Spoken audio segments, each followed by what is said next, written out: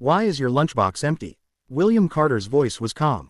He glanced around briefly, then back at the small girl sitting across from him. All the other kids have food, he added, his tone softer but firmer now.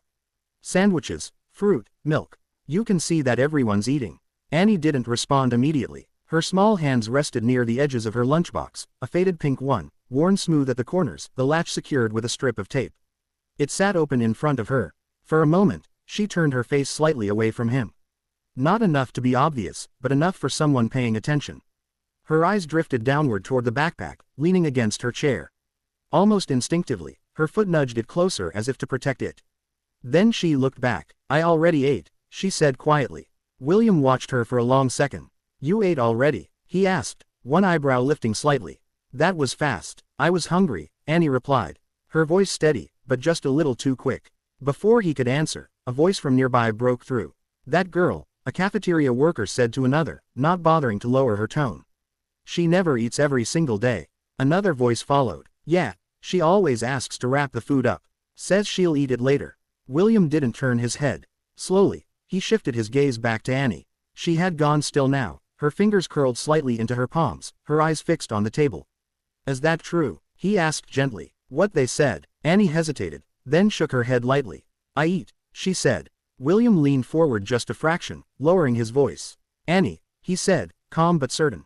You keep looking at your backpack. She froze. He continued, not unkindly. And I can smell the food from here. Sandwich maybe, wrapped up tight. He paused. Your lunchbox is empty because it's not in there. Annie's eyes slowly lifted to meet his. For a moment, she seemed to consider denying it again. Then something in her expression shifted just slightly. The careful wall she had built, the one that helped her get through each day without questions, began to crack. Yes, she said softly. William didn't move. You're hiding it, he said. In your bag, Annie nodded. Why? He asked. She looked down at her hands again, then reached for the zipper of her backpack. She didn't open it all the way, just enough for him to see the edge of a neatly folded paper bag inside. I take it home, she said. For who? William asked. My grandma. The words came out simple. Direct. William studying her. You live with your grandma? He asked. What about your parents? Annie's fingers tightened on the zipper. My dad. She paused, searching for words that didn't sound too big for her age. He died. William's expression didn't change, but something behind his eyes did.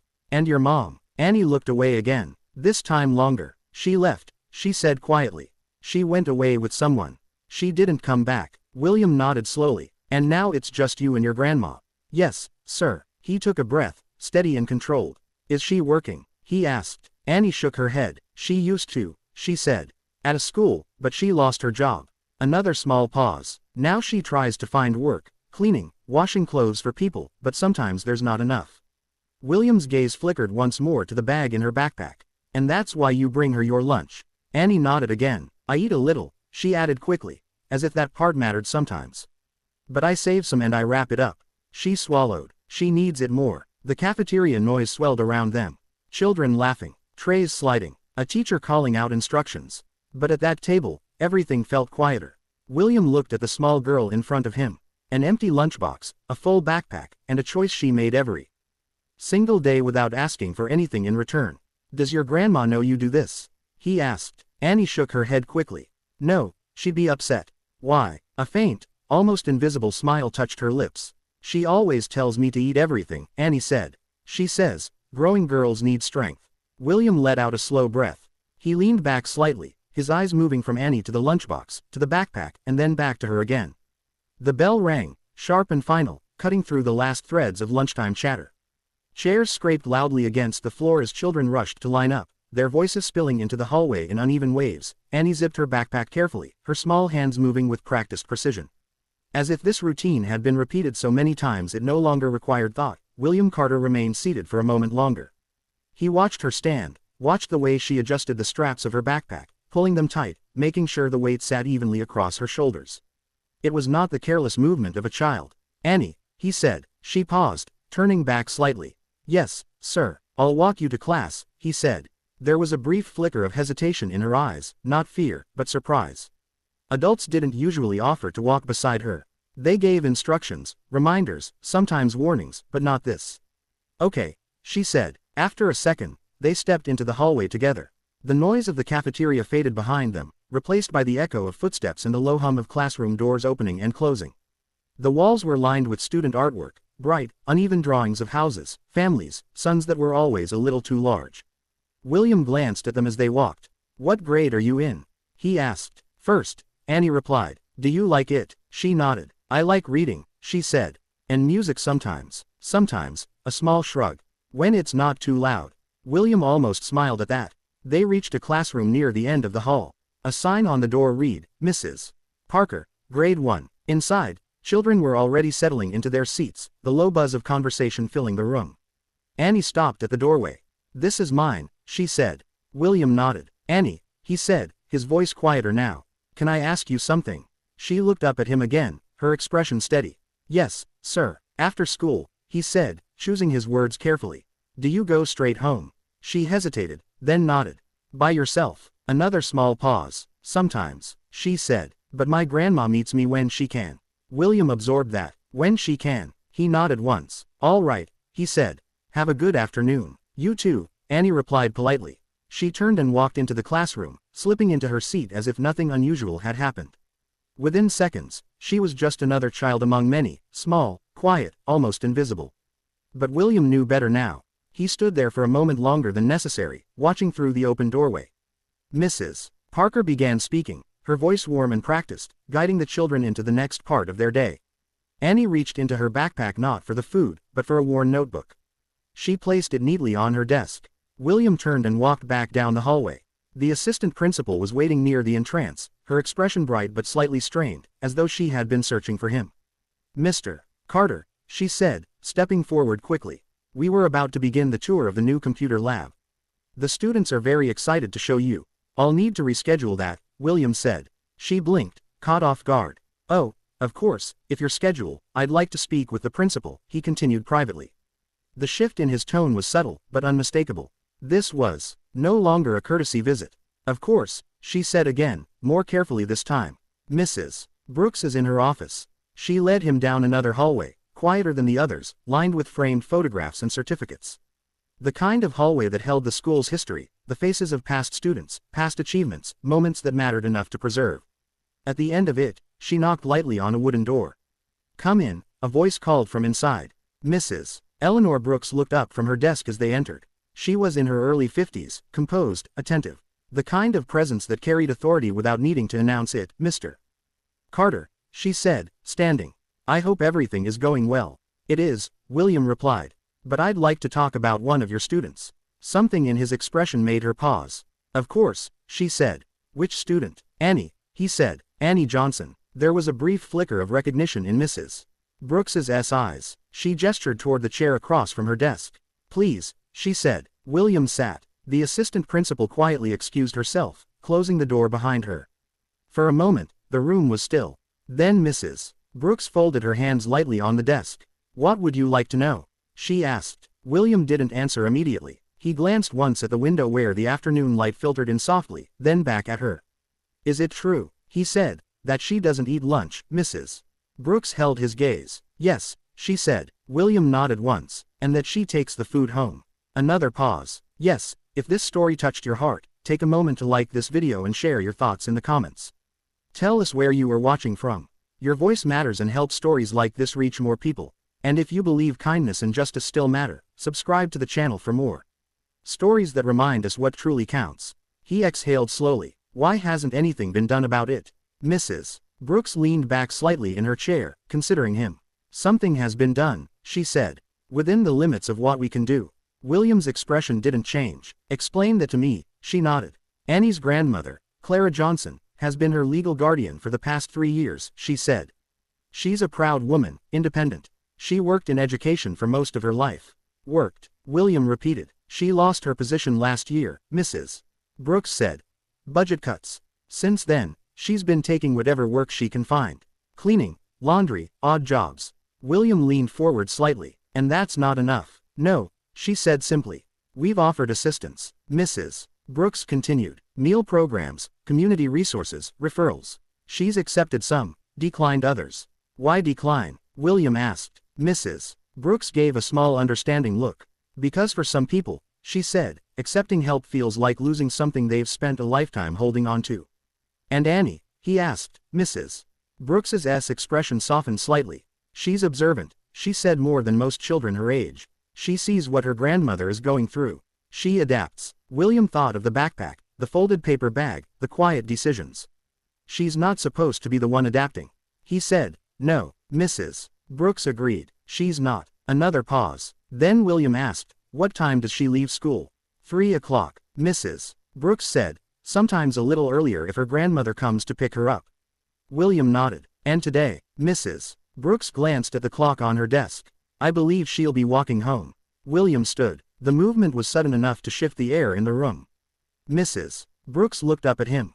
Mr. Carter, I'd like the address, he said. She studied him for a moment.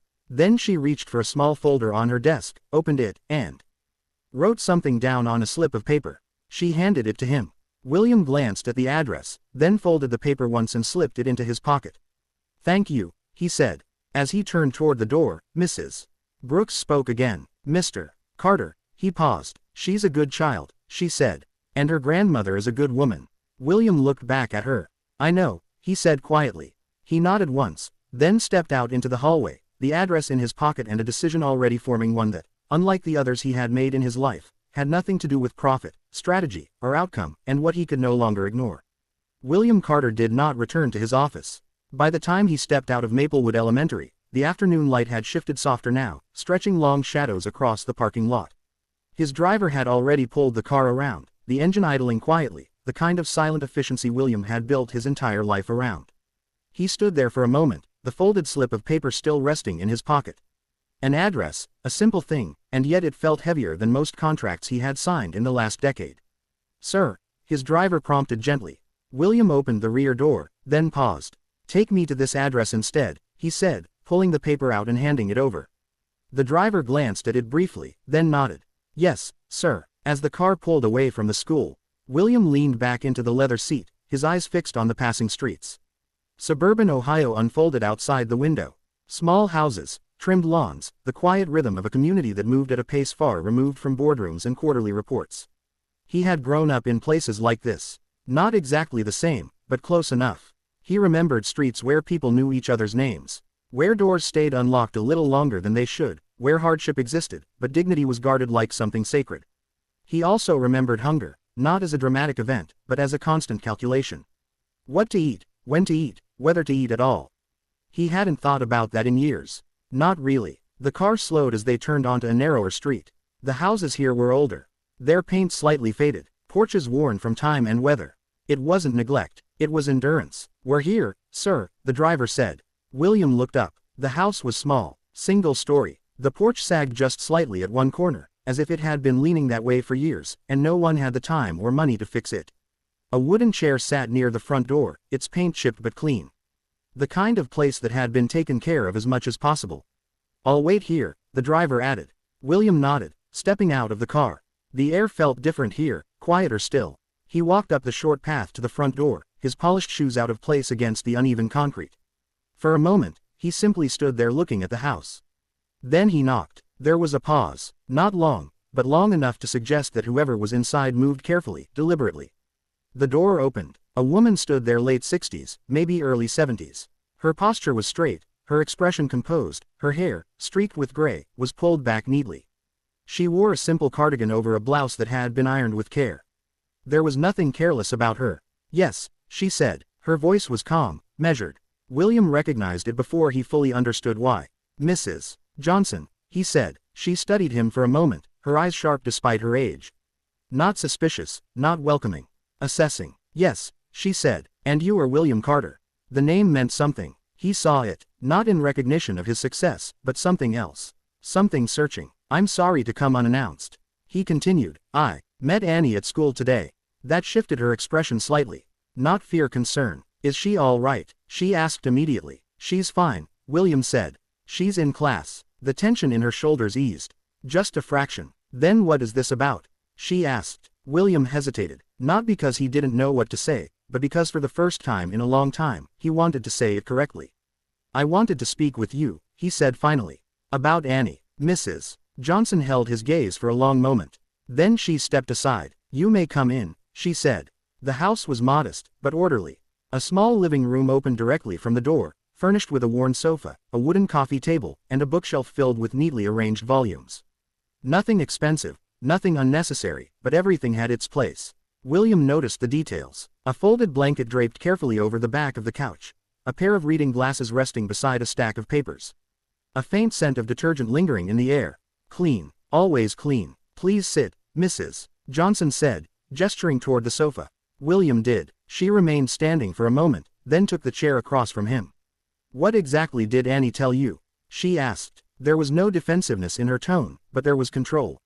William leaned forward slightly, resting his hands together. She told me she brings her lunch home, he said. Mrs. Johnson's expression didn't change, and she prompted and that she doesn't eat much of it herself. A brief silence, then she exhaled slowly. That child, she said quietly. There was no anger in it, only something heavier.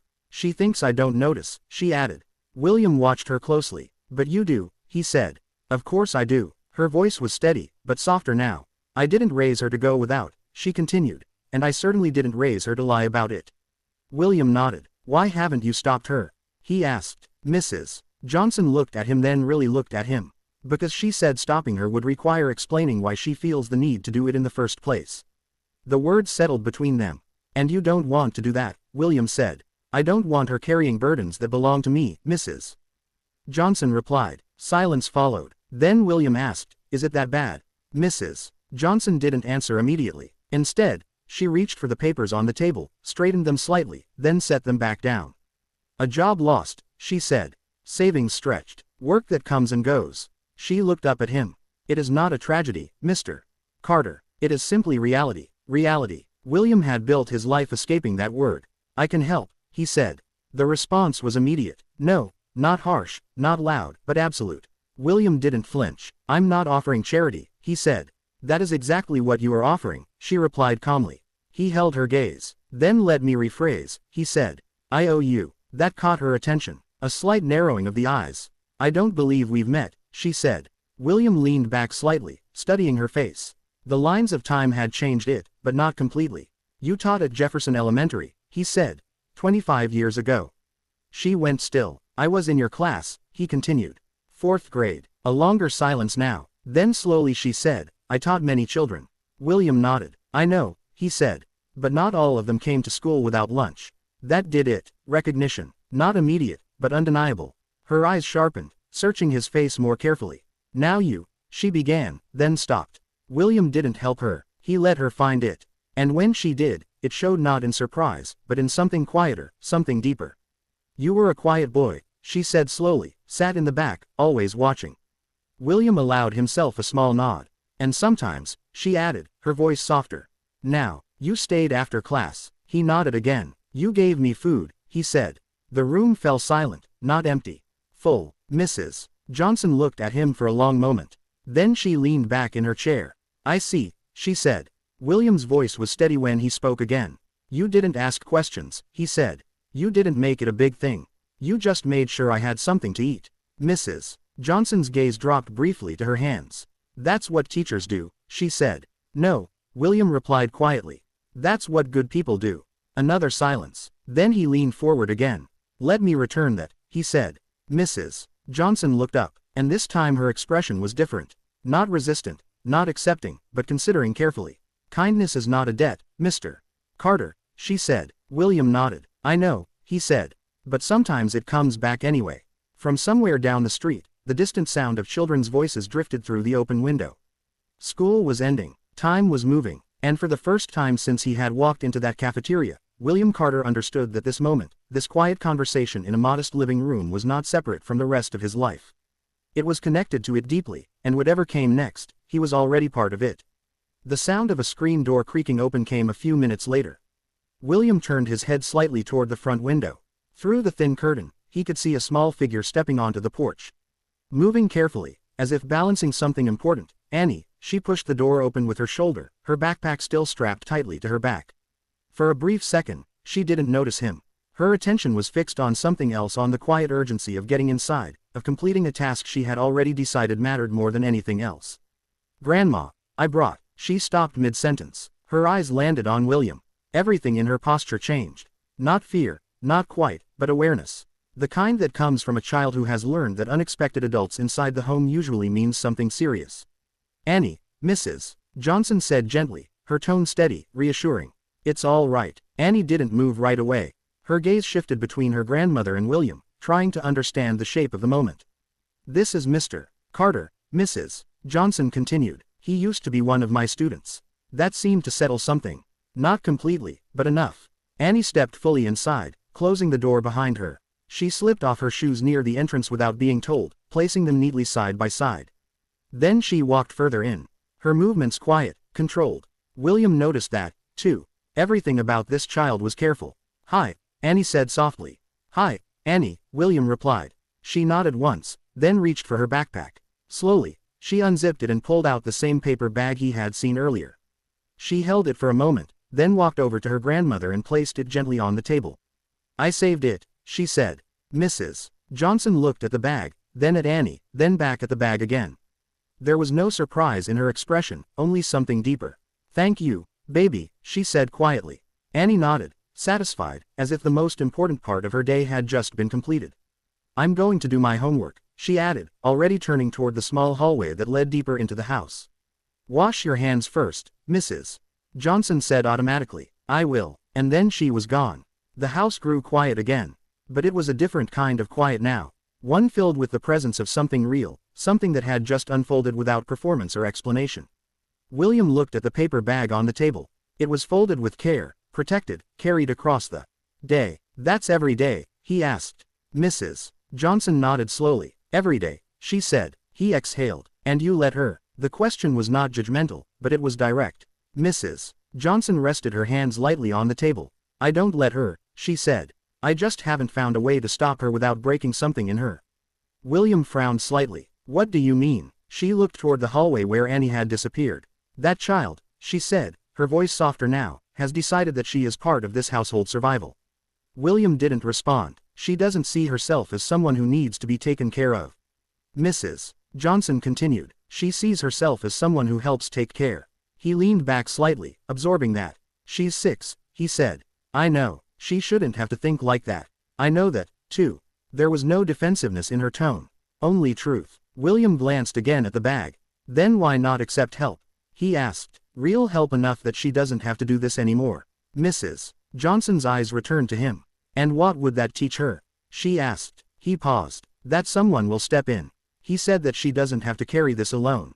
Mrs. Johnson shook her head gently. No, she said it would teach her that what she's been doing doesn't matter. That her effort, her care can be replaced by someone with more money. William felt the weight of that. That's not what I'm trying to do, he said. I know, she replied. But intention doesn't always decide the lesson. Silence settled between them again. From down the hall, the faint sound of a chair scraping and a notebook opening drifted back toward the living room. Annie, already focused on her homework, already moving forward as if nothing unusual had happened today. William stood. The movement was slow this time. Deliberate. He walked over to the table and looked down at the paper bag. May I? He asked. Mrs. Johnson nodded. He unfolded the top carefully. Inside was a sandwich cut neatly in half. A small carton of milk, a bruised apple, enough for one child, split between 2 lives. William stared at it for a moment longer than necessary. Then he folded the bag back the way Annie had precisely respectfully and set it down again. When I was 9, he said quietly, I used to wait until everyone else left the classroom before I ate. Mrs. Johnson watched him. Why? She asked. Because I didn't want anyone to see how fast I ate, he said, or how much it mattered. She nodded once, understanding. I thought, he continued, that if I could just get through it quietly, it wouldn't define me. And did it? She asked. William met her eyes. Yes, he said, it did. Another pause. Then he added, but so did the people who noticed and didn't make me feel small about it. Mrs. Johnson's expression softened just slightly. That was always the goal, she said. I know, he took a breath. Then let me do that now, he said. Not to replace what Annie is doing, not to take it away from her. He gestured lightly toward the bag, but to make sure she doesn't have to choose between herself and you. Mrs. Johnson was quiet. She looked at the table, at the bag, at the space where Annie had stood just minutes ago. You're asking me to trust you, she said. Yes, with something I've spent my entire life protecting. I understand that. She looked up at him again. No, she said gently. You remember it. That's not the same as understanding it from where I am now. William didn't argue because she was right. I can't promise you comfort, he said after a moment. Or ease. But I can promise you this. Whatever I do will not take away your dignity. Or hers. Mrs. Johnson studied him longer this time, as if weighing not just his words, but the man behind them. From down the hallway, Annie's voice called out, "Grandma, how do you spell because?" Mrs. Johnson didn't look away from William, but she answered automatically. "Because, baby. Thank you." The small exchange lingered in the air. Simple, ordinary everything. Finally, Mrs. Johnson spoke again. "You may come back," she said. William blinked slightly. "Tomorrow," she added, "after school." "Well, talk more then." It wasn't acceptance. Not yet, but it wasn't refusal either. William nodded. "That's fair." He moved toward the door, then paused, his hand resting briefly on the frame. "Mrs. Johnson," he said. "Yes, you didn't just feed a hungry boy back then," he said. "You changed what he believed was possible." She held his gaze. "Then make sure you're still that boy," she replied quietly. "Not just the man he became." William nodded once. Then he stepped outside. The evening air had cooled, the light fading into the soft blue of approaching night. Behind him, inside that small house, a child was doing her homework, and a woman was deciding whether to trust something she had every reason to question. William Carter walked down the path. The sound of his footsteps quieter now. Not because the world had changed, but because he had. William Carter did not sleep well that night. It wasn't unusual for him to wake in the middle of the night. His life had been built on decisions that rarely allowed for complete rest. But this was different. There were no numbers running through his mind, no negotiations replaying themselves in sharper versions. Instead, there was a quiet image that refused to leave him. A small paper bag folded carefully, carried like something fragile. He stood by the window of his penthouse, looking out over the city lights. From this height, everything seemed ordered, predictable, the kind of world he understood. But somewhere beyond that skyline, in a small house with a worn porch, a 6-year-old girl had decided that hunger was something to manage, not something to complain about, and that unsettled him. By morning, the feeling hadn't passed. His assistant noticed it immediately. "You have the board call at 9, she said, walking beside him as he moved through the office, followed by the Hartwell meeting at 11 o'clock. "I've also rescheduled the Hartwell meeting," William said. She blinked. "That one's been set for weeks. Then they can wait a few more days." Her hesitation lasted only a second. "Yes, sir." He didn't explain. He rarely did. But as he stepped into his office, setting his briefcase down without opening it, he knew this wasn't about time management. It was about priority, and for the first time in years, his priority had nothing to do with business.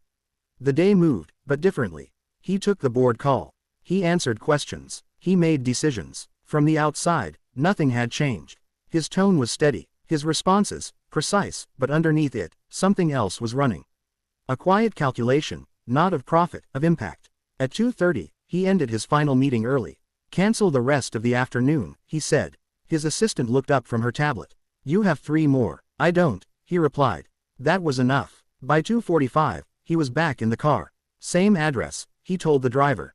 The streets felt more familiar this time.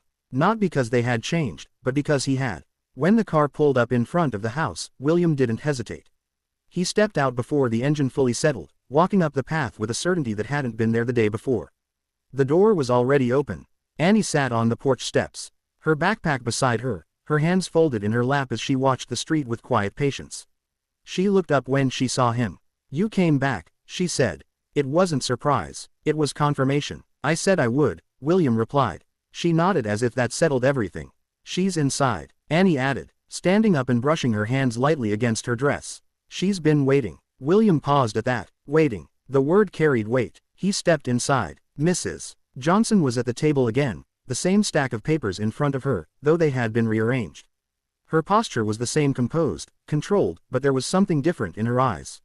Expectation. "Mr. Carter," she said. "Mrs. Johnson." He took the same seat as before. Annie lingered for a moment, then slipped past them into the other room, her presence quiet but steady, like a thread running through everything.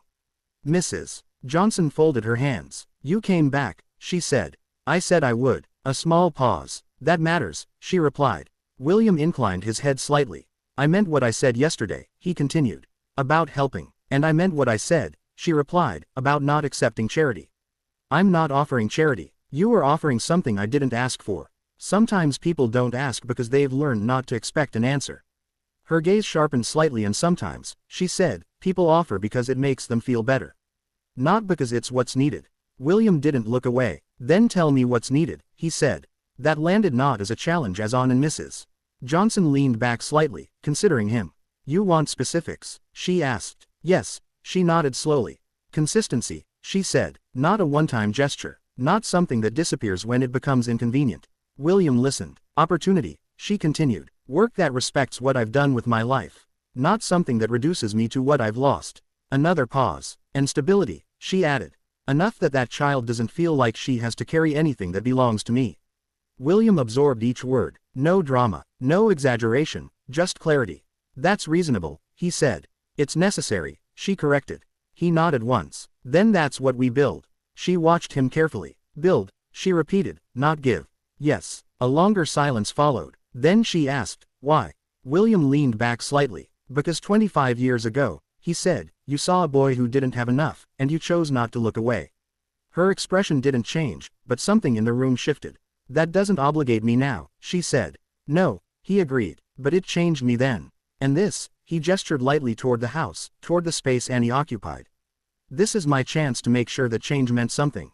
Mrs. Johnson looked down at the table, at the lines in the wood, at the space where Annie's paper bag had rested the day before. You're not trying to fix this, she said quietly. No, you're trying to be part of it. Yes, she nodded once. That was the first sign. Not agreement, but movement. From the other room, Annie's voice drifted in. Grandma, I finished my reading. Bring it here, baby. Mrs. Johnson replied. Annie walked back in, holding a small book. She climbed onto the chair beside her grandmother, opening it to a marked page. Listen, she said, already beginning to read. Her voice was soft but steady. Each word carefully pronounced, each sentence carried with quiet determination. William watched her not as a problem to solve, not as a situation to manage, but as a person, a small one, carrying more than she should and doing it without complaint. When she finished, she looked up. Was that good? She asked. It was excellent, Mrs. Johnson said. Annie smiled. Just a little. Then she looked at William. Are you staying? She asked. The question was simple, but it held something larger.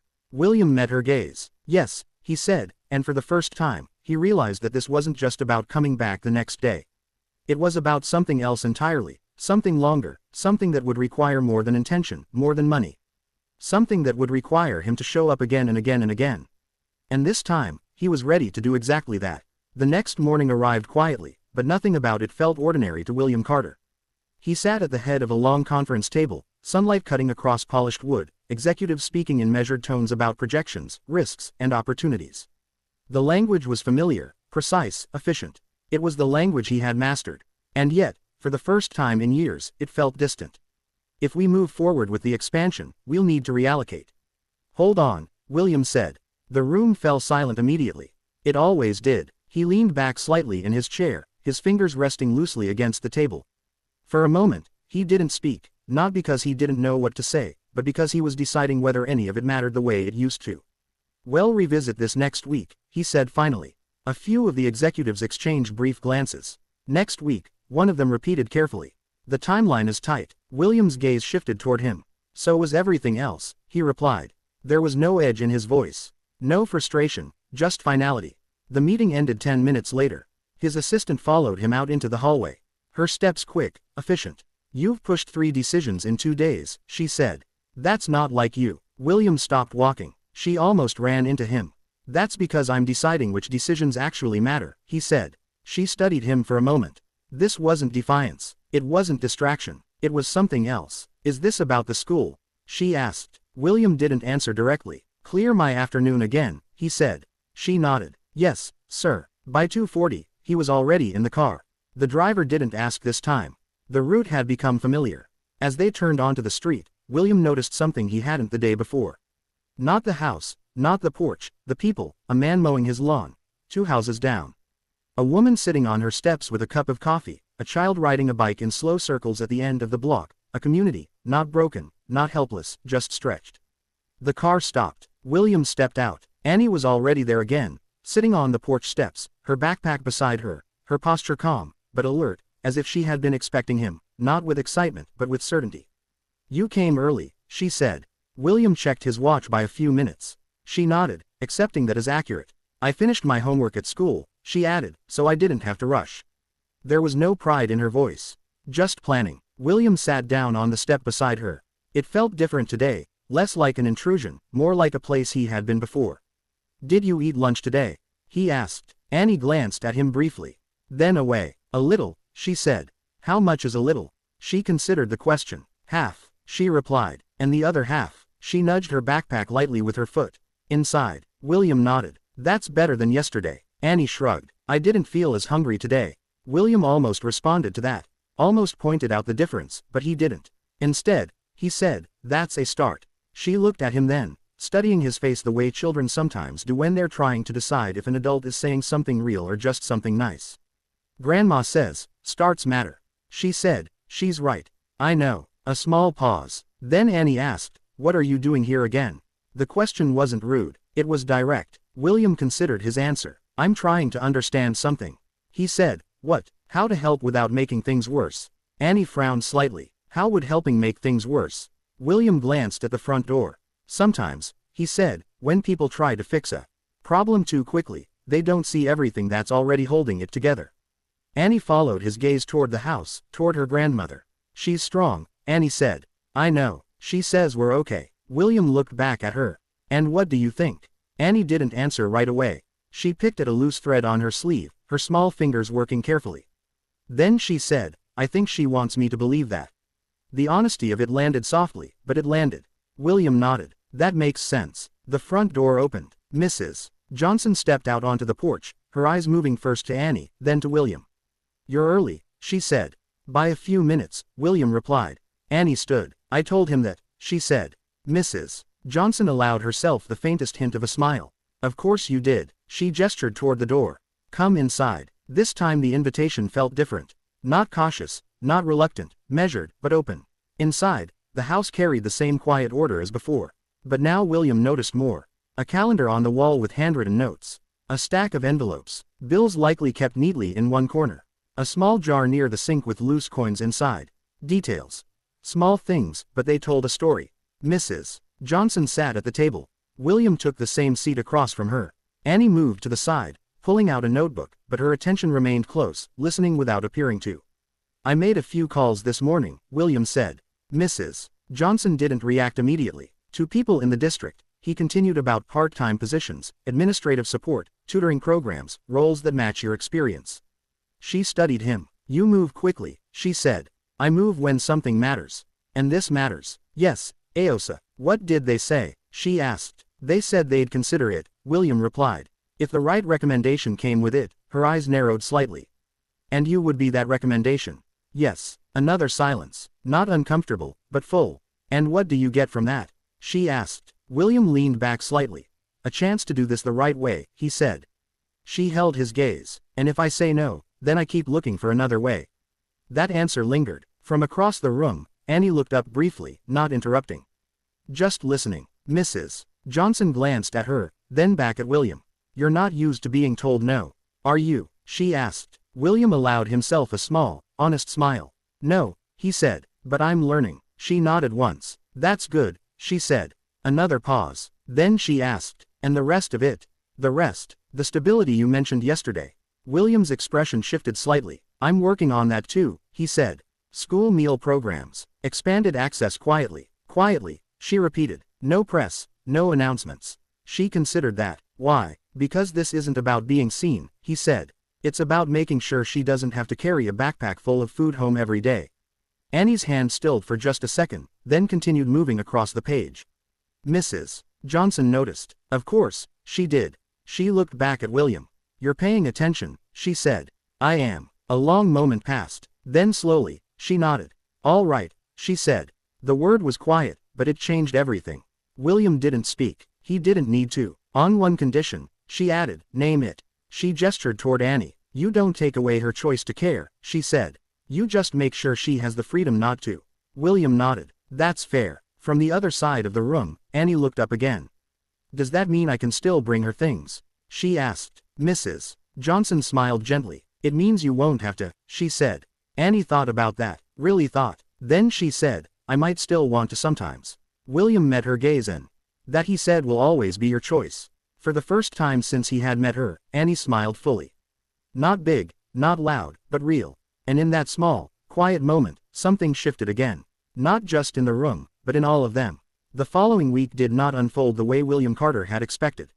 He had anticipated resistance delays, paperwork, the slow machinery of institutions that rarely moved at the pace of urgency he was used to.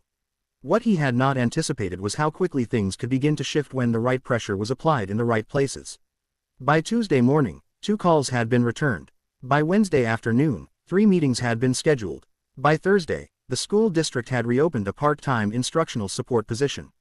Temporary, they called it, though William had already decided that nothing about it would remain temporary for long. But he did not bring that news immediately.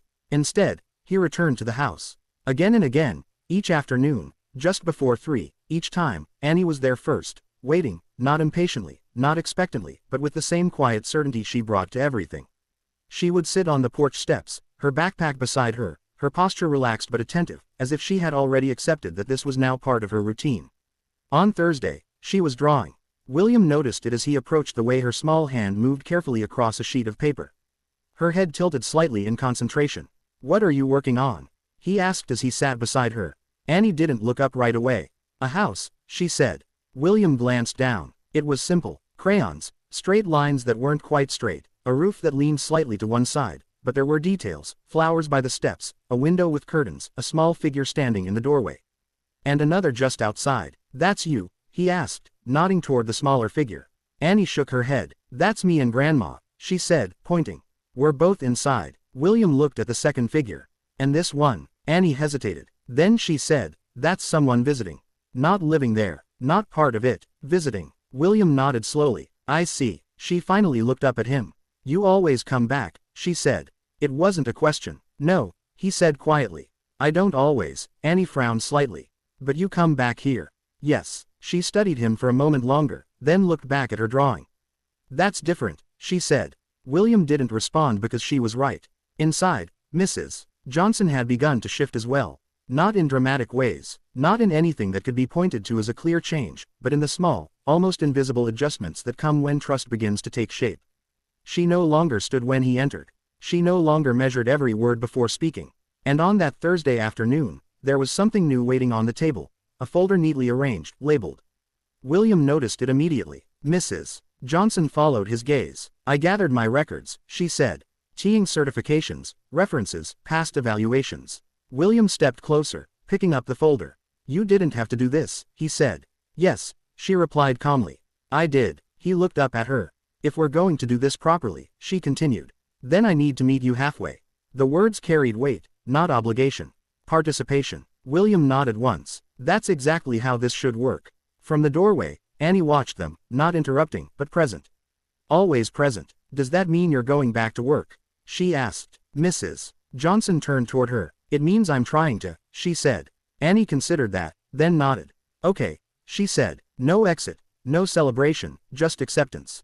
William noticed that too. Children like Annie didn't react to hope the way other children did. They handled it carefully as if it might not stay. Later that afternoon, after Annie had gone to the other room to read, William and Mrs. Johnson sat at the table reviewing the documents. "You kept everything," he said. "I always do," she replied. "Even after you lost the job." She met his gaze, especially after he understood that more than he expected to. "These evaluations are strong," he said, flipping through the pages. "Consistent, detailed. They speak highly of you." "They speak of who I was in that role," she corrected. "And who you still are." She didn't respond to that. Instead, she said, "Will it be enough?" William closed the folder. "Yes," he said, not as reassurance as fact. She studied him. "You're very certain." "I don't deal in uncertainty when it comes to things that matter." "Aosa, and this matters," she said. "Yes." From the other room, Annie's voice drifted in. "I finished my book." Mrs. Johnson smiled faintly. "Bring it here, baby." Annie appeared in the doorway, holding the book against her chest. "I read all of it," she said. "That's my girl," Mrs. Johnson replied. Annie walked over, then glanced at William.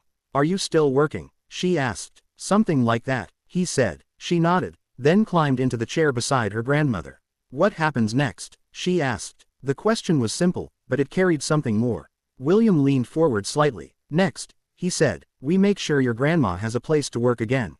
Annie's eyes shifted to Mrs. Johnson, then back to him. And then, William paused. He chose his words carefully. Then we make sure you don't have to worry about lunch anymore. Annie looked down at her hands. Then at her backpack, then back at him. I wasn't worried, she said quietly. William didn't challenge that. I know, he said. You were taking care of things, she nodded. Yes, he held her gaze. And you did that well. A small pause. Then he added, but now you get to be a kid, too. Annie didn't answer right away. She thought about it, really thought. Then she asked, can I still help sometimes? William smiled just slightly. Yes, he said, you can always help. She seemed satisfied with that. Okay, she said, and just like that, the conversation moved on to books, to school, to small things that filled the space where worry had been. But William knew this wasn't the end of anything. It was the beginning, not of a solution, but of a responsibility. One he had chosen, one he intended to keep choosing. Every day he came back, and every day he stayed. The following Monday began with something William Carter had not felt in a long time. Not the sharp, calculated anticipation of a deal closing or a market shifting, but something quieter, something that didn't come with numbers attached. He stood in his office, looking down at the folder Mrs. Johnson had prepared. It was now thicker than before. Notes had been added, contacts had been confirmed, a recommendation letter. His letter rested neatly at the top, printed on heavy paper that carried more weight in certain rooms than most people ever would. He picked it up, reading it once more. Not for accuracy, for intent. Then he set it back down. Have they confirmed? He asked. His assistant, standing across from him, nodded. District office called this morning. They want her in at 10 o'clock. It's informal, but she hesitated slightly. It sounds like they're already leaning. Yes, William nodded. Good. She watched him for a moment. You don't usually follow things this closely, she said. I don't usually need to. And now you do. William picked up the folder. Yes, there was no further explanation. By 9:15, he was already on his way. The district office was a different world from Maplewood Elementary. Larger, more structured hallways lined with administrative language policies, guidelines, framed statements about equity and access that often existed more clearly on walls than in reality. William had seen places like this before, places where decisions were made about people who were rarely in the room. But today, something was different. Today, someone he knew would be. Mrs. Johnson arrived precisely at 9:55. William saw her before she saw him.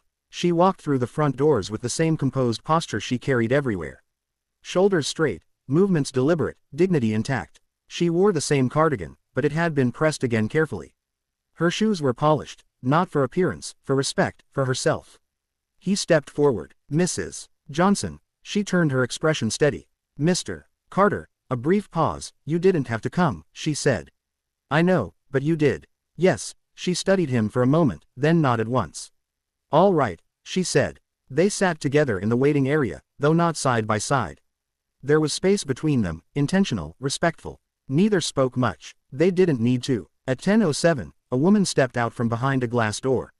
Clara Johnson. Mrs. Johnson stood. That's me. The woman smiled politely. Please come with me, Mrs. Johnson glanced once at William, not for reassurance, for acknowledgement. Then she followed. William remained seated. For the first time since this had begun, he was not in control of what happened next. And he knew it. Minutes passed. Then more. He didn't check his phone, didn't take calls, didn't move. He simply waited. Across the room, people came and went. Staff members carrying folders, voices murmuring about schedules and approvals, the quiet machinery of a system that rarely paused. But for William, time slowed. Because this wasn't about efficiency, it was about outcome. And for once, he couldn't accelerate it. At 10:42, the door opened again. Mrs. Johnson stepped out. Her expression was the same, calm, controlled, but there was something else beneath it, something new. Mr. Carter, she said. He stood immediately. Well, he asked. She held his gaze for a moment, then said, they've offered me the position. The words were simple, but they carried weight. What kind? He asked. Instructional support, she replied. Part-time. For now, William repeated. She nodded. They said it could expand depending on performance, budget, the usual conditions. William allowed himself a small exhale. That won't be a problem, he said. Mrs. Johnson's eyes sharpened slightly. It will be handled appropriately, he corrected. That seemed to satisfy her. They want me to start next week, she added. That soon? Yes, yes. William nodded. Good. Another silence. Then she said more quietly. Thank you. The words were not dramatic, not emotional, but they mattered. William shook his head slightly. You earned that, he said. I just made sure someone noticed. She held his gaze. That's not a small thing, she replied. He didn't argue, because he knew it wasn't outside. The day had shifted into late morning. The light was brighter now, the air carrying the quiet movement of a weekday that continued regardless of individual moments. They walked out together, not as strangers, not quite as equals, but as something closer to that than either had expected a week ago. Annie doesn't know yet, Mrs. Johnson said as they reached the sidewalk. She will. I wanted to tell her myself. That's the right way to do it. She nodded. I believe so. She'll ask what changed, Mrs. Johnson added. William looked at her. And what will you tell her? Mrs. Johnson considered that, then said the truth. And what is that? She met his eyes that someone paid attention. The words landed quietly but deeply. William nodded once. That's enough, he said. Later that afternoon, when they returned to the house, Annie was already there, waiting as always. She stood when she saw them, her eyes moving quickly between them, reading the shift before a word was spoken. What happened? She asked. Mrs. Johnson smiled. A real smile this time. I got a job, she said. Annie blinked. Then again, what kind of job at a school? Mrs. Johnson replied. Helping students. Annie's eyes widened slightly. Like before. Yes. A small pause. Then Annie did something she hadn't done before. She ran. Not far. Just across the short space between them, but fast. She wrapped her arms around her grandmother, holding on tightly, her small frame pressing into something that had suddenly become more secure. Mrs. Johnson held her just as tightly. William stood a few steps away, watching, not intruding, not interrupting, just present. After a moment, Annie pulled back, then looked at William. You helped, she said. It wasn't a question. William met her gaze. I was part of it, he replied. Annie considered that, then nodded. Okay, she said, as if that settled everything. And in a way it did, but not completely. Because as William looked at the two of them standing there in a small house that had begun to feel less temporary, less uncertain, he understood something else. This wasn't the end of the problem. It was the beginning of something new, something that would require more than one solution, more than one moment, something that would require consistency. And for the first time in a long time, that didn't intimidate him. It grounded him because now he knew exactly where to return, and why the change did not arrive all at once. It moved quietly through the house, through the days that followed, settling into corners that had once been tight with uncertainty, and slowly, carefully loosening them. On Tuesday morning, Clara Johnson woke before the alarm. She sat on the edge of her bed for a moment, hands resting in her lap, listening to the silence of the house. It was the same silence she had known for months, steady, familiar, but something about it felt different now. Not lighter, not easier, but steadier. She stood dressed with the same care she had always carried and moved into the kitchen. The coffee brewed slowly, the soft hum filling the space. As she prepared breakfast when Annie came in, rubbing her eyes, her backpack already half-zipped, Clara noticed something else. The child was still careful, but she was no longer rushing. Good morning, baby, Clara said. Morning, Annie replied, climbing into her chair. Clara placed a plate in front of her. Toast, eggs, a small bowl of fruit, not extravagant, but complete. Annie looked at it, then at her grandmother, then back at the plate. You don't have to save any of it, Clara said gently. Annie didn't answer right away. She picked up her fork, took a bite, then paused. I might still bring something, she said. Clara smiled faintly. That's your choice, she replied. Annie nodded, satisfied. Across town, William Carter sat in his office, reviewing a different kind of report. Not financial, not strategic, a proposal. Maplewood Elementary Expanded Meal Support Initiative. He read through it slowly, line by line. His attention fixed not on the cost, but on the structure, distribution, logistics, eligibility, staffing, sustainability. It wasn't enough to solve one situation. It had to address the pattern. His assistant stood nearby, tablet in hand. This would cover lunch for every student flagged in the district's assistance program, she said. But it's not small. William didn't look up. It's not supposed to be. She hesitated. Do you want to attach your name to it? William paused, then said, no. She blinked. No press release, no announcement, he continued. It runs through the district. Quietly. That's unusual. William finally looked up. So is letting children go hungry in a school we already fund. That ended the conversation. By the time the afternoon arrived, the house on the small street had begun to feel different in ways that could not be easily named. Annie sat at the table doing her homework, her pencil moving steadily across the page. Her backpack rested nearby, but this time it wasn't pulled tightly closed, wasn't positioned as something to guard. It was just there. Clara moved through the kitchen, preparing dinner with a calm rhythm that had been missing before. Not because the work was easier, but because the uncertainty had shifted. There was direction now, and direction mattered. When William arrived, Annie was the first to notice. She looked up, then smiled, not broadly, not dramatically, but without hesitation. "You're back," she said. "Yes," he replied. She nodded as if confirming something she had already known. "I finished my math," she added. "And I didn't skip lunch." William stepped inside, setting his coat aside. "That's good," he said. Annie watched him for a moment. "I still saved the apple," she added. William smiled slightly. "That's okay." Clara joined them, wiping her hands on a towel. "She ate most of it," she said. Annie gave a small shrug. "I was hungry." William met her gaze. "That's a good reason to eat." She considered that, then nodded. "Yeah," she said. They sat together at the table that evening. Not as guests, not as strangers. Something else. Dinner was simple: chicken, vegetables, bread, but it was shared, and that changed everything. Conversation moved easily. School books, small stories from Clara's past teaching days that Annie had heard before but listened to again anyway. William listened more than he spoke. He was good at that now, or at least better than he had been. At one point, Annie looked up from her plate. "Are you going to keep coming?" she asked. The question was direct as always. William didn't answer immediately, not because he didn't know, but because he understood the weight of it. "Yes," he said. Finally, Annie nodded once. "Okay." She returned to her food. No follow-up, no doubt. For her, the answer was enough. Later, as the evening settled and Annie moved to the other room to read, Clara stood by the sink, washing dishes with slow, steady movements. William leaned lightly against the counter. "She's adjusting," he said. Clara nodded. "She is, but she's watching," she added. William glanced toward the other room. "I know. She needs to see that this stays." Clara continued. "That it doesn't disappear when things get busy." William met her gaze. "It won't." Clara studied him for a moment, then said, "That's not something you prove with words." "I know." Another pause. Then he added, "That's why I'll be here tomorrow."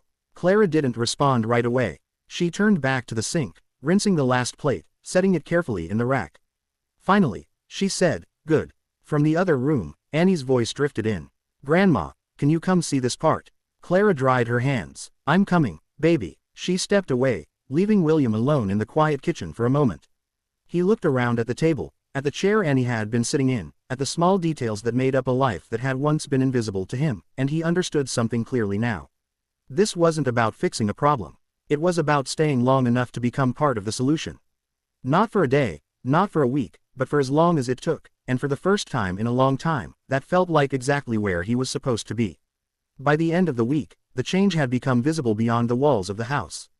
It showed up in small, almost unremarkable ways at first, in the cafeteria at Maplewood Elementary. Annie no longer sat at the far end of the table, not in the center, not surrounded by noise, but not alone either. She chose a seat closer to the middle where conversations passed around her instead of stopping short before they reached her. Her lunchbox was no longer empty. Not completely. There were still moments when she paused, when her fingers hovered over her food as if measuring something unseen. But those moments passed more quickly now. She ate not all at once, not without thought, but enough, and sometimes she still folded part of it away. Not out of necessity, out of habit. Across the room, the cafeteria staff noticed. "That's the girl," one of them murmured quietly. "The one who never used to eat." Another glanced over. "She's eating now," she said. "Yeah," the first replied. Something changed. Neither of them knew what, but they felt it. Later that morning, in the district office, a different kind of conversation was unfolding. William stood at the head of a smaller conference table this time. No press, no large board, just a handful of administrators, folders open, attention focused. "The expanded meal program is ready to move forward." One of them said, "We'll start with 3 schools, including Maplewood." "And then?" William asked. "We evaluate, adjust, and expand." William nodded. "And the funding structure?" "Discreet." The administrator replied as requested. "No branding, no announcements, just implementation." William leaned back slightly. "Good," he said. There was a pause. Then one of the administrators asked, "If you don't mind me asking, why keep this quiet?" William met his gaze. "Because the kids don't need to know where it comes from," he said. "They just need to know it's there." The room fell silent, not in disagreement, in understanding. That afternoon, Clara Johnson walked into Maplewood Elementary as an employee for the first time in over a year. The hallway felt familiar under her feet. The sounds, the distant echo of voices, the soft rhythm of classroom doors opening and closing were the same, but this time she wasn't visiting. She belonged there again. Mrs. Brooks greeted her at the entrance. "We're glad to have you back," she said. Clara nodded. "I'm glad to be here." There was no ceremony, no announcement, just a quiet return to something that had always been part of her. In the classroom, she moved naturally, assisting students, guiding them through reading exercises, offering the kind of steady presence that didn't demand attention, but earned it. And across the hall, Annie noticed, not immediately, but gradually, she saw her grandmother through the doorway, speaking softly to another child, pointing to a line in a book, nodding with encouragement. Annie didn't interrupt, she didn't call out, she simply watched, and in that watching, something settled. After school, she didn't wait on the porch. She walked home with her grandmother side by side, their pace unhurried, their conversation quiet but continuous. When they reached the house, William was already there, standing near the porch as he had been every day that week. "You're late," Annie said. William glanced at his watch by 3 minutes. She nodded. "That's okay." Clara smiled faintly as she unlocked the door. "He's learning," she said. "I am," William replied. Inside, the house felt fuller. Not because of anything new that had been added, but because something had been restored. Clara set her bag down. "How was school?" William asked. Annie answered first. "She helped another kid read," she said, nodding toward her grandmother. Clara raised an eyebrow slightly. "You were watching me instead of your own class." "I finished my work," Annie replied. William almost smiled. "That sounds efficient." Annie looked at him. "I learned that from you." The words were simple, but they lingered.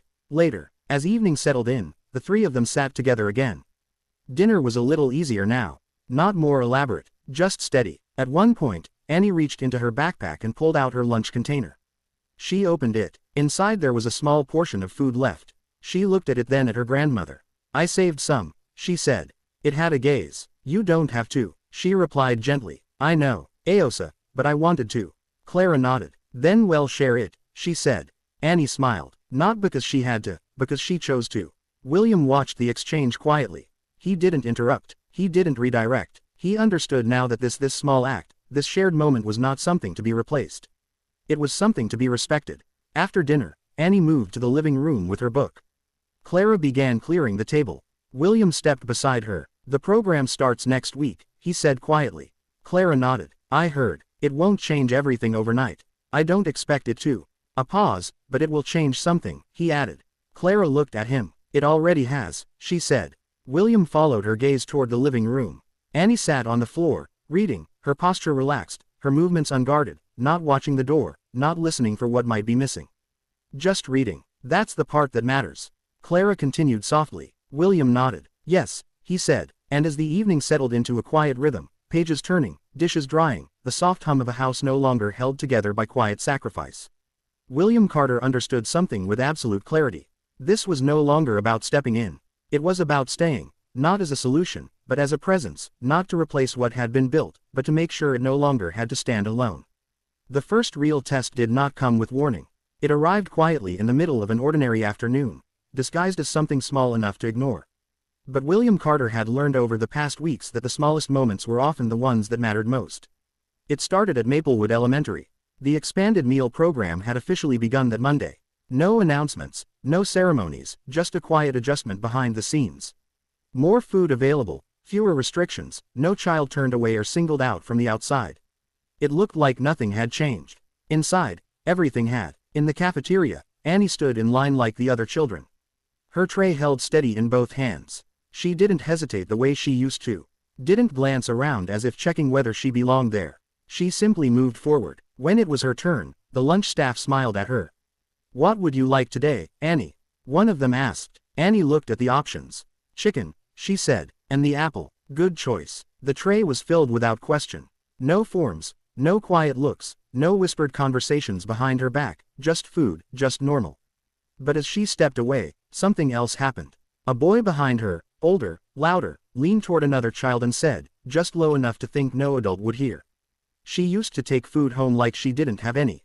The other boy laughed. "Yeah, like she was starving or something." Annie froze. It was only for a second, but it was enough. Her grip tightened on the tray, her shoulders stiffened, and for just a moment, the old instinct returned, the one that told her to disappear, to shrink, to make herself smaller so no one would notice. But then something different happened. She didn't move away. She didn't hide. She kept walking. Not faster, not slower, just forward. Across the room, Mrs. Johnson saw it. She had been assisting another student near the reading corner. But her attention shifted the moment she noticed Annie pause. She didn't step in immediately. She watched. Because she understood something important. Not every moment needed to be protected. Some needed to be faced. Annie reached her seat and sat down. She looked at her food. Then slowly she picked up her fork and took a bite. Deliberately, steady across the room. The boys had already moved on. Their attention pulled elsewhere by something louder. Something easier, but the moment lingered. After school, Annie was quieter than usual, not withdrawn, but thoughtful. She walked beside her grandmother without speaking much, her backpack resting lightly against her shoulders. When they reached the house, William was already there. As always, Annie looked at him, then at the porch, then back at him again. "You're on time today," she said. "Exactly on time," William replied. She nodded. "That's good," but her voice was softer. William noticed. He always noticed now. Inside, as Clara moved to the kitchen, Annie sat at the table, pulling out her notebook. She opened it, stared at the page for a moment, then closed it again. William took the chair across from her. "How was school?" he asked. She shrugged. "It was fine." He waited. She didn't continue. "What happened at lunch?" he asked gently. Annie's eyes flickered up, then down again. "Nothing," she said. William leaned back slightly. "Annie," he said, calm but certain. "You don't have to carry things by yourself anymore." She didn't respond right away. Her fingers traced the edge of the notebook. Then she said, "They said something." William didn't interrupt. "They said, I used to take food home," she continued. "Like it was weird." William nodded slowly. "And how did that make you feel?" Annie thought about it. "Like I did something wrong," she said. The honesty of it settled quietly between them. William leaned forward slightly. "Did you do something wrong?" he asked. She hesitated, then shook her head. "No." "Why not?" "Because." She paused, searching for the right words. "I was helping my grandma." William nodded. "That's right." Another pause. "But they laughed," she said. William held her gaze. "People laugh at things they don't understand," he said. "Especially when those things make them uncomfortable." Annie frowned slightly. "Why would that make them uncomfortable?" William considered that. "Because it reminds them that not everyone has the same life they do," he said. "And instead of asking questions, they choose to make it smaller." Annie absorbed that slowly. "So, it's not about me?" she asked. "No," William said. "It's about them." She looked down at her hands, then back up. "I still felt bad," she admitted. "That's okay," William said. "Feeling bad doesn't mean you were wrong. It just means you care." Annie nodded. That made sense to her. From the kitchen, Clara had been listening, not interrupting, but present. She stepped closer now, resting a hand lightly on Annie's shoulder. "You did something good," she said. "Don't let anyone make you forget that." Annie leaned slightly into her.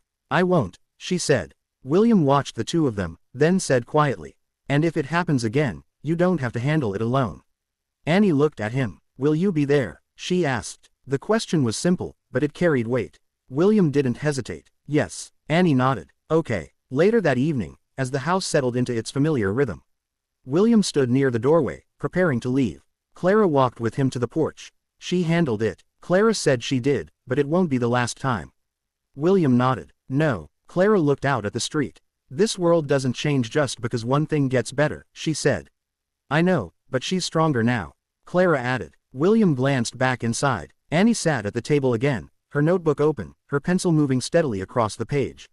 "Yes," he said. "She is a yes." Then Clara said, "And so are you." William looked at her. "I'm just learning," he replied. Clara gave a small nod. "That's enough." William stepped off the porch, the evening air cool and steady around him. As he walked toward the car, he understood something more clearly than before. Helping wasn't a single act. It wasn't a solution you applied once and moved on from. It was a presence, a commitment, a choice you made again and again, especially when things became uncomfortable, complicated, or unseen. And for the first time in his life, William Carter wasn't measuring that choice in terms of cost. He was measuring it in terms of who he was becoming because of it. And that more than anything else was what made him stay. The shift from quiet change to visible impact began in a place William Carter understood well: systems. But this time he wasn't building one for profit. He was building one for people who had never been counted properly in the first place. By the second week of the program, Maplewood Elementary was no longer the only school affected. What had started as a quiet adjustment had begun to ripple outward, touching other cafeterias, other classrooms, other children who had learned to sit still and say nothing when they had nothing. The difference was subtle if you didn't know what to look for. But William knew. He stood near the back of the cafeteria one afternoon, not announced, not introduced, just observing. Trays moved more smoothly through the line. Portions were slightly larger. No one was asked unnecessary questions. No one was turned away. And perhaps most importantly, no one was singled out. A boy who used to linger at the end of the line now stepped forward without hesitation. A girl who once pretended she wasn't hungry now took a full tray and sat down without scanning the room for judgment. And Annie, she didn't notice the system because she didn't have to anymore. She simply lived inside it. That afternoon, she sat at a table with two other girls, her tray in front of her. Her posture relaxed in a way that would have been impossible just weeks ago. She spoke less than the others, but she listened, occasionally, nodding, occasionally adding something small but steady to the conversation. She ate, not quickly, not cautiously, just normally. From across the room, Mrs. Johnson noticed she had been helping another student with reading, but her attention drifted naturally, instinctively toward Annie. And when she saw her granddaughter sitting there, not hiding, not guarding, not calculating, she allowed herself something she rarely did. Relief. Later that day, in a meeting room at the district office, the tone was different, less formal, more focused. "We've seen a measurable increase in participation," one administrator said, flipping through a report. "Attendance is slightly up in the schools where the program was introduced. Teachers are reporting fewer disruptions in the afternoon." Another added, "It's not just about food. It's affecting behavior, focus, even social interaction." William sat at the end of the table, listening, not leading, not directing, just listening. "And the costs?" someone asked. The first administrator hesitated briefly. "Higher than before," she admitted. "But not unsustainable, not if we scale it correctly." William spoke then we scale it, he said. The room quieted. There was no resistance because the results were already speaking. After the meeting, one of the administrators approached him privately. "You've done this before," she said. "Large-scale implementation, infrastructure, expansion." William nodded slightly. "But this feels different," she added. He looked at her. "It is." She studied him for a moment. "You're not treating it like a project." "No," he said, "because it isn't one." That evening, when he arrived at the house, something else had changed. The door was open, not wide, but enough. An invitation without words. Inside, Annie was at the table again, her homework spread out, her pencil moving in steady lines. She looked up when he entered. "You're late," she said. William checked his watch.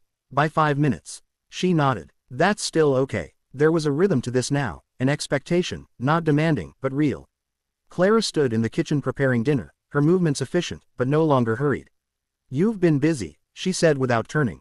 "I have with us." William stepped closer. "With more than just us," he said. "But because of this," Clara nodded slowly. "I thought so." Annie looked between them. "What does that mean?" she asked. William took a seat at the table. "It means," he said, choosing his words carefully, "that what you were doing, bringing food home, it wasn't just about you."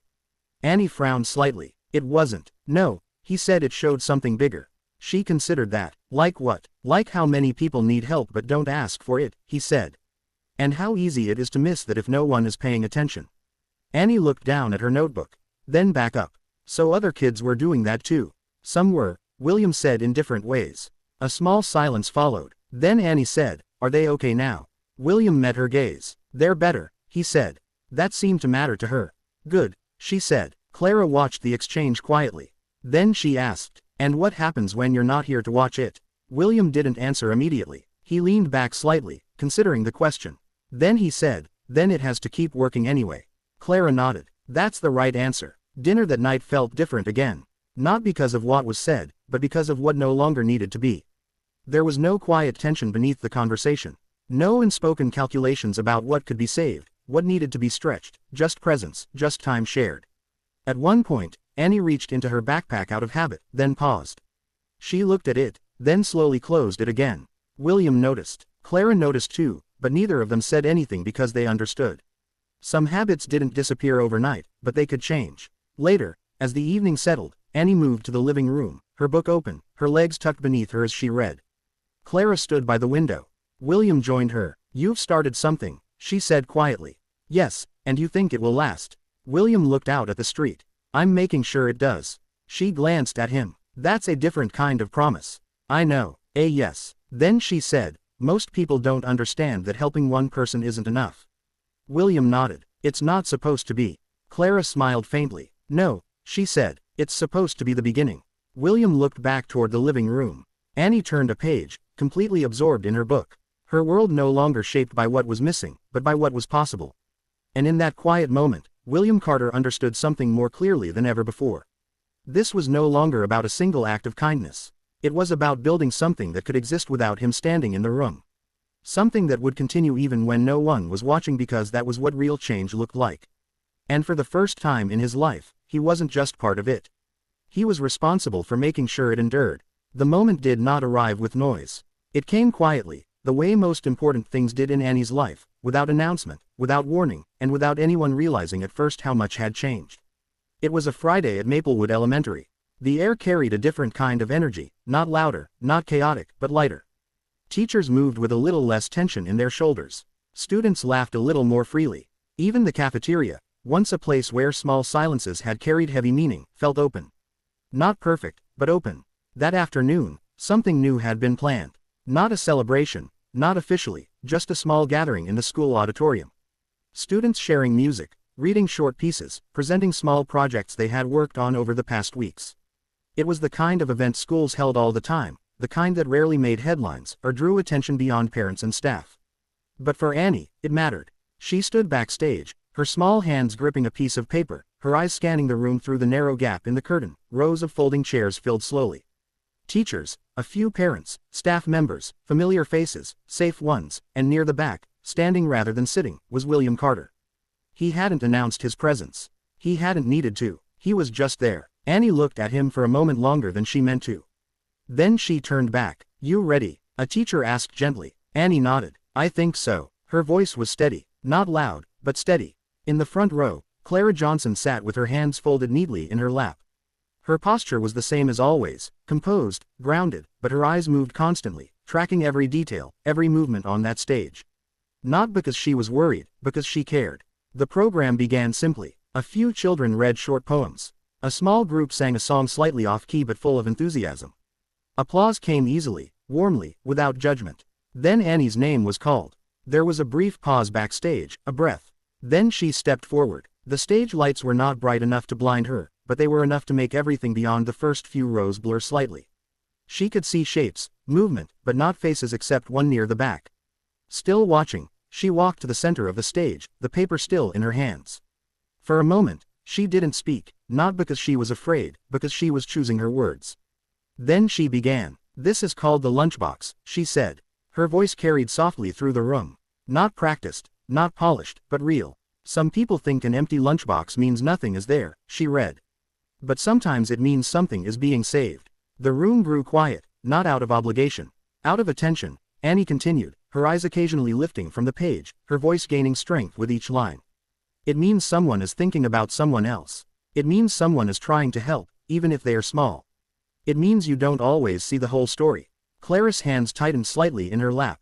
William didn't move. Annie paused just briefly, then read the final lines. "But now my lunchbox isn't empty anymore, and neither is my home because someone saw me and didn't look away."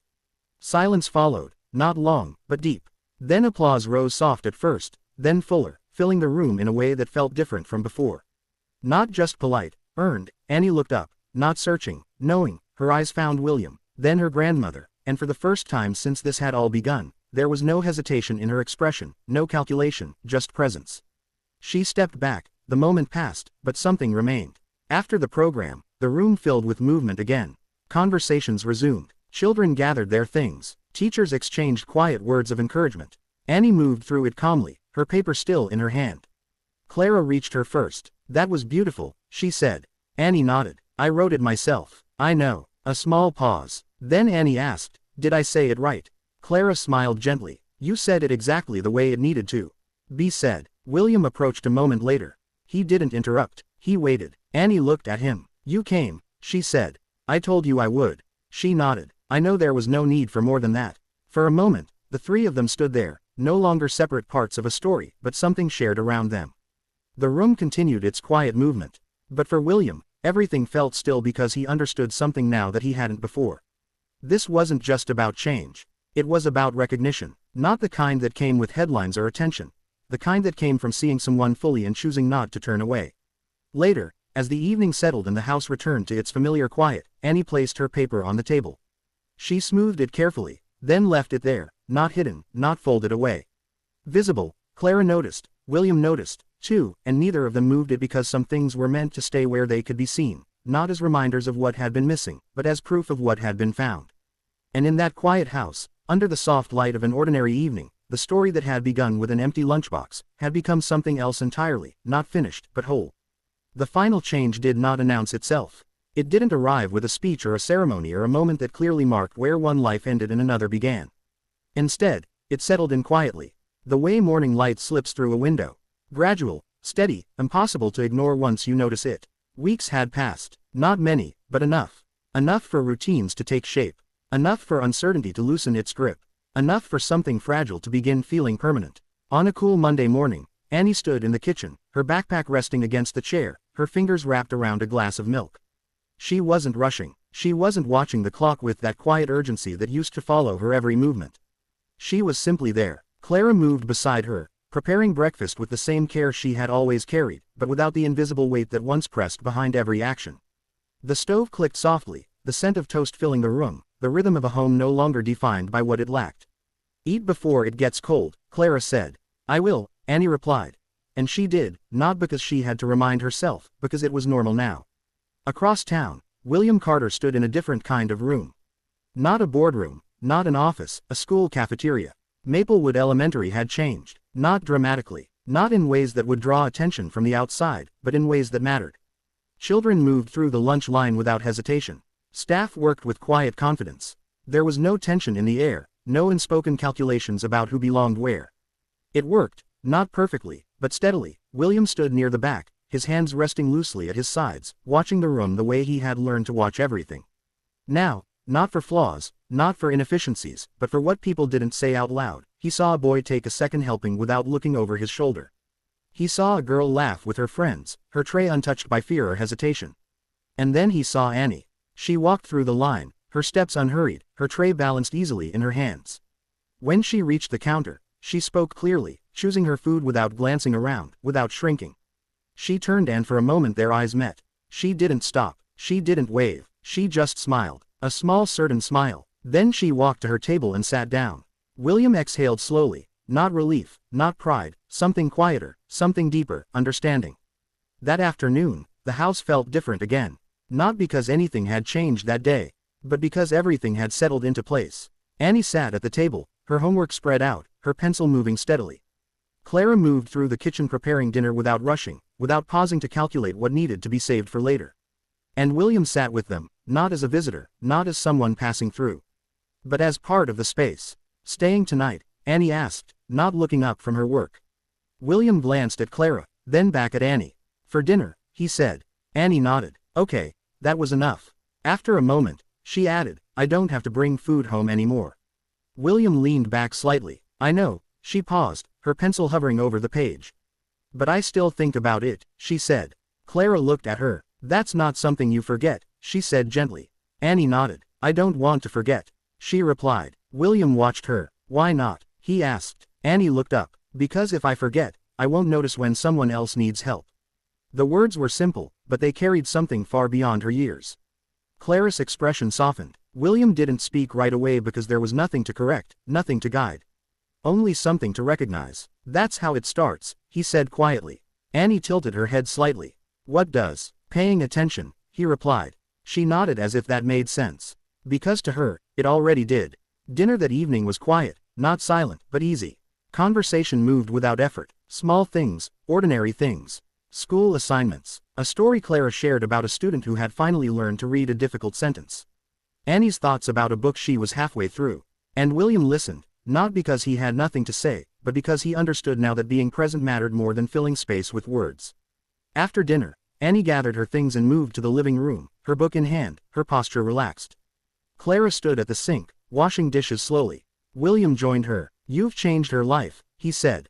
Clara shook her head. "No," she replied. "You helped change her circumstances." Yes, she changed her life herself. William considered that, then nodded. "Yes," he said. Clara glanced at him. "And you?" she asked. "What has this changed for you?" William didn't answer immediately. He looked toward the living room where Annie turned a page completely absorbed in her book. Her world no longer shaped by scarcity but by possibility. Then he said, "It changed what I notice." Clara smiled faintly. "That's where it always begins." Later, as the night settled and the house grew quiet, William stepped outside onto the porch. The air was cool, steady, the same street, the same houses. Nothing about the world had changed. And yet everything had, because now somewhere inside that house, a child who once carried food home in silence no longer had to. A woman who had spent her life giving without asking now stood on her own again. And a man who had built everything on control and distance had learned something he had never measured before. That showing up quietly, consistently, without needing recognition could change more than any decision he had ever made. William Carter stood there for a moment longer, then looked back at the door. He didn't need to knock anymore. He simply walked back inside. And this time, he wasn't arriving. He was home. This story reminds us that true kindness is not about grand gestures or public recognition, but about quietly noticing what others overlook and choosing not to turn away. Annie's empty lunchbox was never truly empty. It was filled with love, sacrifice, and courage beyond her years. William's journey shows that real change begins the moment we pay attention and stay committed. Not just for a moment, but over time. And perhaps the most powerful lesson is this: when we help others without taking away their dignity, we don't just change their lives. We rediscover our own humanity. This video is a work of fiction created with the assistance of artificial intelligence. All characters, events, and situations are not real and do not represent any actual people or true stories. The content is intended for storytelling and emotional illustration.